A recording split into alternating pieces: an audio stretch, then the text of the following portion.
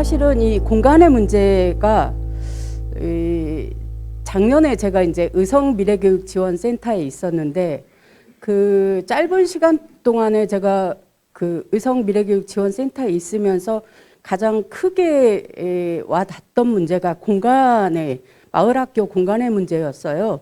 그리고 이제 작년에 이런 그 전체 그 지금 저희가 하고 있는 이 공간을 이 이제 미래교육지구 나눔회를 이제 작년에는 코로나 때문에 비대면으로 하게 되면서 저희 센터장님이 이 공간의 문제를 제기를 했었어요.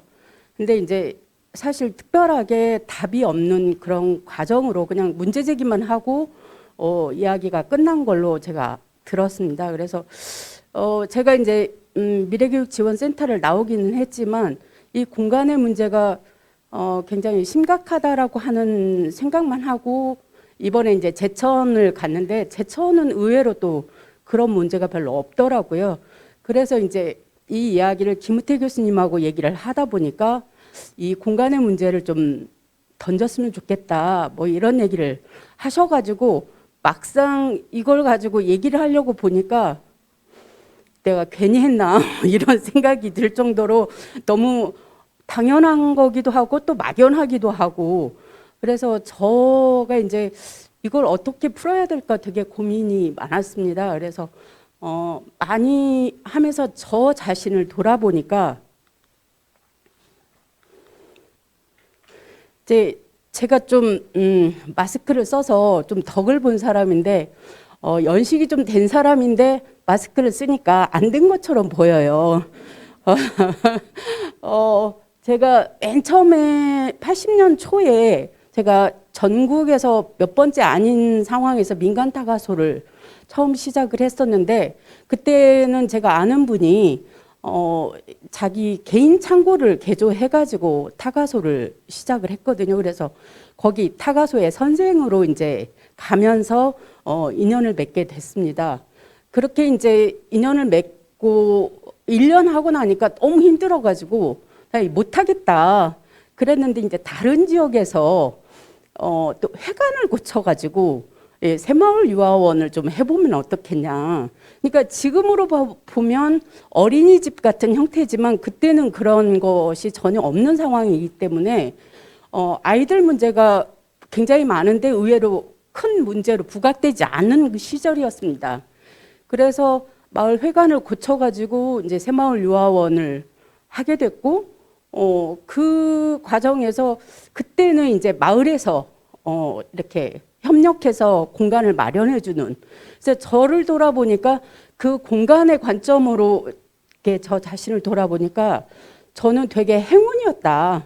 왜냐하면 지금 현재의 마을학교처럼 그렇게 많은 고민이 없이 어쨌든 여러 사람들이 주변에서 마련해 주어서 제가 활동하게 되는 그런 과정을 겪게 되었더라고요. 그래서 이제 그런 생각을 좀 하게 됐고 그 뒤로는 청소년 수련관, 청소년 문화의 집은 여러분도 다 아시다시피 이미 다 만들어진 공간에서 제가 활동을 하게 됐고 그 다음에는 이제 완주에서 그 교육통합지원센터라고 하는 중간지원 조직을 하게 됐고 미래교육지원센터까지 다 이런 공간이 있는 곳에서 활동을 하게 되었어요. 근데 결국에는 이 공간이라고 하는 게 만약에 없었다면 제가 이렇게 오랜 세월 동안 관심을 가질 수 있었을까? 아마 힘들었을 거라는 생각이 들고 중도에 제가 방향을 선회하지 않았을까라는 생각이 들면서 이 공간의 중요성을 다시 한번 생각하는 기회가 됐습니다. 우리가 보면 한 아이를 키우기 위해서 온 마을이 나서야 된다 이렇게 얘기는 하지만 사실 이렇게 구호처럼 이렇게 던져질 뿐이지 실제적인 문제를 우리가 다루지를 못했다. 그래서 저는 앞서 그 장학사님도 얘기하셨지만 공간의 문제가 많이 이야기를 필수적으로 거치긴 하지만 외면하고 싶은 이 주제이기도 합니다. 그런데 이제 이번에 한번 이런 공간에 대한 이슈를 한번 던져보기로 했습니다. 그러면 이제 마을은 공간일까라고 하는 이 주제로 제가 이제 정해봤는데요. 이거를 사전을 한번 찾아봤어요. 이제 도대체 공간과 장소는 어떻게 다른가. 근데 우리가 뭐 공간하면 너무나 잘 알고 있는 것처럼 아무도 없는 빈 곳, 뭐 입체적 범위, 시간과 함께 세계를 성립시키는 기본 형식, 장소라고 하는 건 일이나 사건이 이루어지거나 발생한 곳. 아마 장소는 되게 좀 협소한 곳으로 볼 수 있고, 공간은 좀 그 세 번째 보면 시간과 함께 세계를 성립시키는 기본 형식으로서 뭔가 우리가 세계를 이룰 수 있는 곳이 공간이 아닌가라고 하는데 저는 좀 눈이 가더라고요. 우리가 왜 이렇게 공간이라고 하는 문제에 대해서 더 많이 다가오게 되었는가라고 보면 마을교육 공동체를 거슬러 올라가 보면 이런 얘기는 굉장히 많이 들으셨을 거라고 봐요. 예전에는 마을이 곧 학교였고 마을에서 배움이 일어났었는데 지금은 학교에서만 배움이 일어나는 곳이라고 생각하는 근대 학교가 이제 지역사회로부터 이렇게 분리가 되면서 이 이야기가 좀 따로 노는 공간 따로 뭐 교육 따로 이렇게 되는 과정이었던 것 같습니다. 저희 동네에도 저는 전라북도 진안에서 왔는데요. 저희 동네도 초등학교가 있었어요. 근데 이 초등학교가 교육청에서 그때는 매각이 가능한 때였기 때문에 매각을 해가지고 최근에는 여러 사람이 거쳐가지고 카페가 생겼어요. 그래서 학교가 그 학교가 사실은 그 동네 사람이 만든 땅도 이렇게 그 기부하고 그 학교를 만들기 위해서 동네 사람이 모여서 만든 학교였는데 결국에는 이제 이런 상황으로 이렇게 카페로 변모하게 되는 과정까지 오는 이런 거에서 지역사회로부터 분리라고 하는 게 바로 눈앞에서 보여지는 이런 과정이 있었습니다. 그러면 이제 예전에는 앞서 말씀드린 것처럼 일과 놀이가 함께 배움이 일어났었던 거고 그 안에서 모든 게 이루어졌죠. 뭐 훈육도 되고 교육도 되고 또 뭐 거기에서 잘못한 거를 서로 이렇게 수정해 가기도 하고 공동체를 우리가 이루어 나가는 이런 그 이야기들이 있었던 곳인데 이게 이제 그 분리가 되면서 다시 새로운 화두로 우리한테 다가오게 됐다. 그래서 마을은 우리가 공간이라고 하는 걸로 이렇게 협소하게 생각하는 게 아니라 새로운 세계를 만들어가는 그런 출발점으로 마을을 봐야 되고 그 공간에 대한 의미를 우리가 좀 더 깊이 있게 생각하는 그런 시간이 되면 좋겠다라는 생각입니다. 이 손문숙 선생님이 이 마을의 공간이라고 하는 이야기를 이렇게 썼는데요. 좀 제가 보다 보니까 되게 뭐랄까 공감이 돼서 여기에 좀 적어봤는데 이 마을이라는 공간은 주민의 자발적 활동을 촉발을 제기한다. 마을이라는 공간은 물리적으로 한정된 작은 공간, 마을 활동가의 입장에서 보면 설계나 계획하기가 편한 공간이다. 그리고 둘째는 주민들의 참여를 이끌어내고 활동하기 좋은 공간. 셋째는 마을에 대한 아주 특별한 애착과 향수를 가지고 있다. 마을에 대해서는. 이런 식으로 마을에 대한 공간을 우리가 좀 옛날의 어떤 추억을 상상한다기보다는 지속적인 어떤 발전 가능성에 포커스를 두고 우리가 뭔가를 좀 추구해 보면 좋지 않을까라고 하는 의미에서 이야기를 했던 것 같습니다.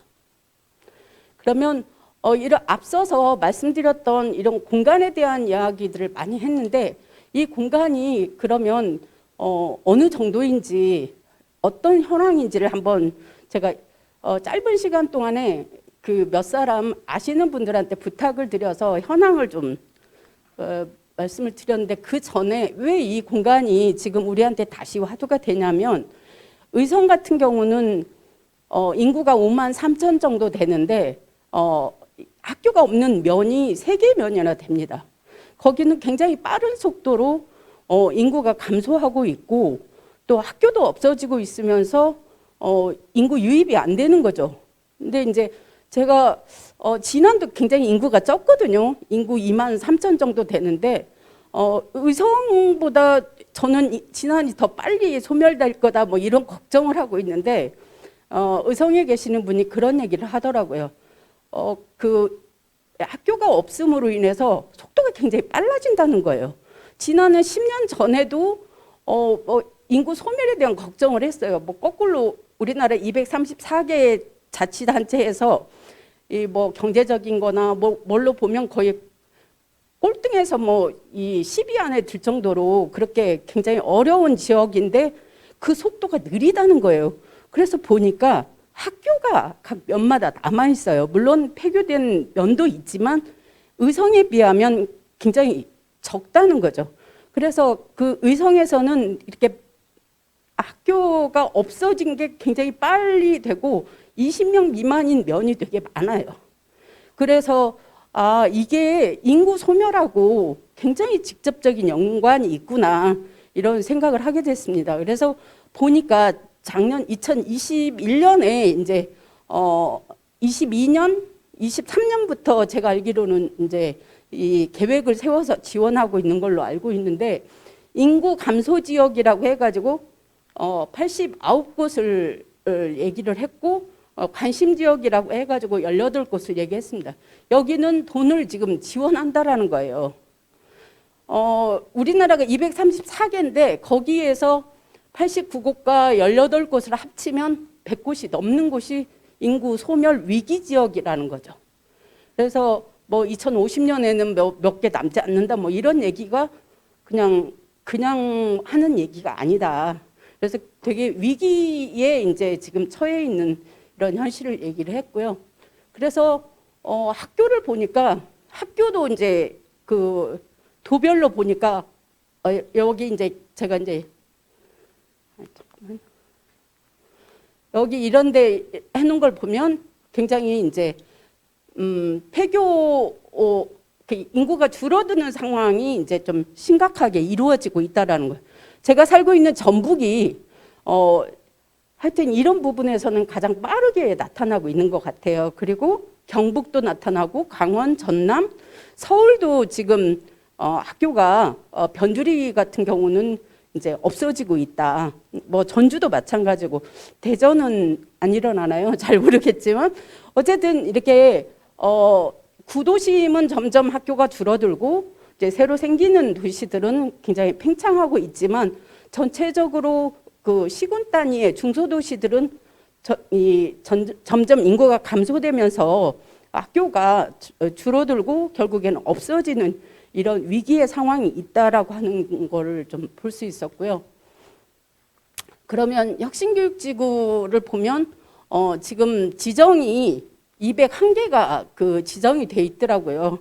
그래서 그러면 이런 상황에서 그러면 제가 이제 일부만 조사를 했지만 마을 학교, 마을 배움터의 공간이 어떤 유형으로 지금 지원되고 있나 이렇게 봤더니 지자체에서 지원하는 데도 있고 학교에서 지원하는 데도 있고 기관이나 협동조합, 개인, 기타 뭐 이렇게 유형을 좀 더 이렇게 세분화해서 보니까 이렇게 돼 있어요. 가장 많이 이를테면 공간 확보 유형에서 나타난 걸 보면 단체나 기관, 협동조합 이런 곳에서 지원하고 있는 게 가장 많았어요. 그리고 지자체가 그다음이고 개인도 있고 기타도 있어요.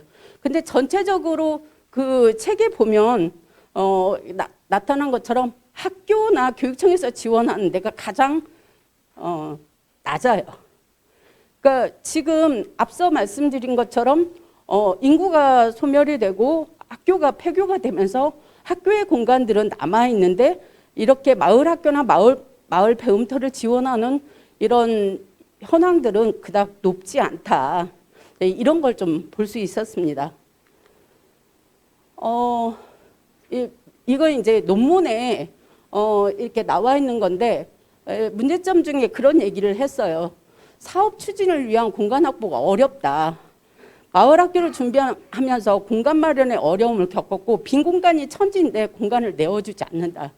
사실 의성에 있으면서 공간이 거기가 제가 이제 작년에 있을 때 10군데가 마을 학교가 있었는데 지자체에서 지원한 데가 한 군데고 나머지는 다 뭐 개인이 마련하거나 아니면은 떠돌이 생활을 여기에다가 이 공간이 남으면 여기서 하고 저기가 남으면 저기서 하고 이렇게 했는데 이제 저희가 그런 호소를 많이 하니까 면사무소의 면장님이 강당을 주말에 내주셨어요. 그래서 한 군데가 이제 내주니까 또 막 연쇄적으로 내주셔가지고 3군데가 이제 이렇게 내주게 되었고 또 그걸 여파로 해서 이제 계속 그 확대되는 이런 과정들이 있었는데 어쨌든 그 의성에 있어서는 이렇게 보따리 장사처럼 아이들을 데리고 이렇게 떠돌아다니는 마을학교 선생님이 계셔가지고 그게 굉장히 심각한 문제로 다가왔었다라고 하는 얘기를 해주셨습니다.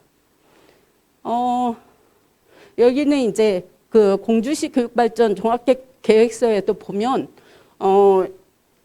마을 자원을 활용한 교육공간 확보가 필요하다는 얘기를 했고 학교 밖에서도 공간이 필요하다. 그다음에 마을의 공유 공간이 이제 필요하다 이런 얘기도 해주셨습니다. 그러면 이런 내용들을 가지고 우리가 그 학교와 마을이 연대하면 이게 얼마든지 금방 해결할 수 있지 않을까? 이런 얘기를 할 때 제일 먼저 하는 얘기가 조례가 없어요. 법이 없어요. 뭐 이런 얘기를 해요. 그래서 이제 조례를 찾아보니까 66곳이 더 있을 수 있는데 제가 찾아본 건 66곳이었어요. 이렇게 제정이 돼 있고 여기에 보면 조례나 정의에 보면 연대와 협력이라는 말이 다 들어 있습니다. 근데도 이제 이거를 제대로 활용하지 않는다라는 거죠. 누가 활용을 안 하고 있는지 잘 모르겠지만 어쨌든 지금 마을에 있어서는 공간적 범위를 말을 하고 있습니다.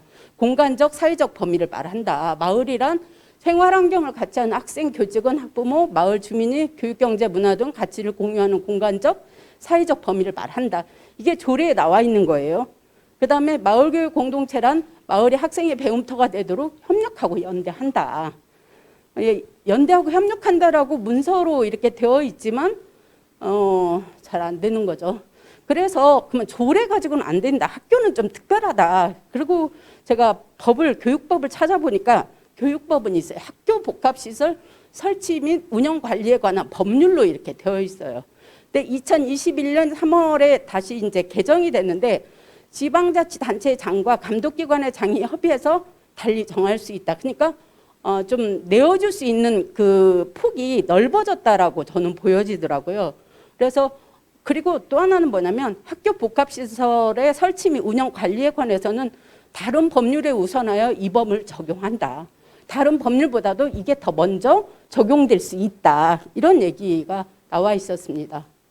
그래서 제가 이제 이런 게 실천하고 있는 사례가 어딘지를 춘천을 좀 제가 여쭤봤더니 춘천은 교육청하고 지자체가 MOU를 갖고 이 인식 전환을 하는데 좀 이렇게 신뢰나 믿음을 주면 이게 가능하다.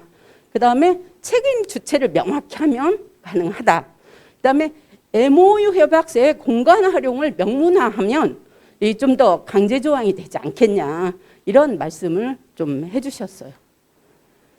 그다음에 이제 그 공주시 교육발전 그 보고서 추진 과제에 보면 공간을 어떻게 활용할 건가 이런 얘기도 좀 해주셨어요. 그래서 새로운 교육 공간을 재구조하고 이게 충남교육청의 작은학교 지원 계획과 연계해서 마을 센터 학교를 구상하는 새로운 대안으로 좀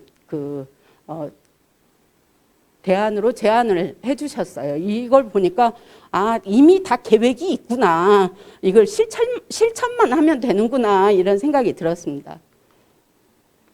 그래서 이게 간단하기도 하고 또 이런 이야기들이 별거 아닌 것처럼 보이지만 이걸 우리는 의제화해야 된다.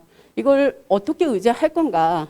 그래서 이 마을의 그 교육 문제들을 계속 담론을 제공해서 여기 보면 일본 사례인데 이건 양병찬 교수님이 얘기해 주신 제가 책에서 보고 쓴 건데 좀 더 여기에 보면 이런 얘기가 돼요. 구체적이고 마을과 학교의 협력이 구체적이며 다양한 마을 주체들과 학교의 협력이 지속적이고 구조적이었다는 얘기가 되게 저는 좀 다가왔어요. 그래서 이제는 이렇게 좀 담론을 형성하기도 하지만 좀 더 구체적인 이야기가 우리가 필요하지 않을까라는 생각이 들었고요. 그다음에 앞서서도 제가 들어보니까 자치회, 정담회, 교육회, 마을교육협의회 이런 게 되게 많이 있어요. 여기에서 이제 의제화를 해서 이 문제를 해결할 수 있는 노력을 한다면 가능하지 않을까. 저는 이제 이런 생각을 했고, 공간이 존재해야 하는 이유는 너무나 당연하지만 제일 중요한 건 이거 같아요. 지역의 교육 문제를 함께 아파하고 해결해가는 마을 공동체의 힘을 키우고 약자도 살만한 공동체를 이루고 마을이 지닌 본디의 힘을 키워갈 수 있는 곳.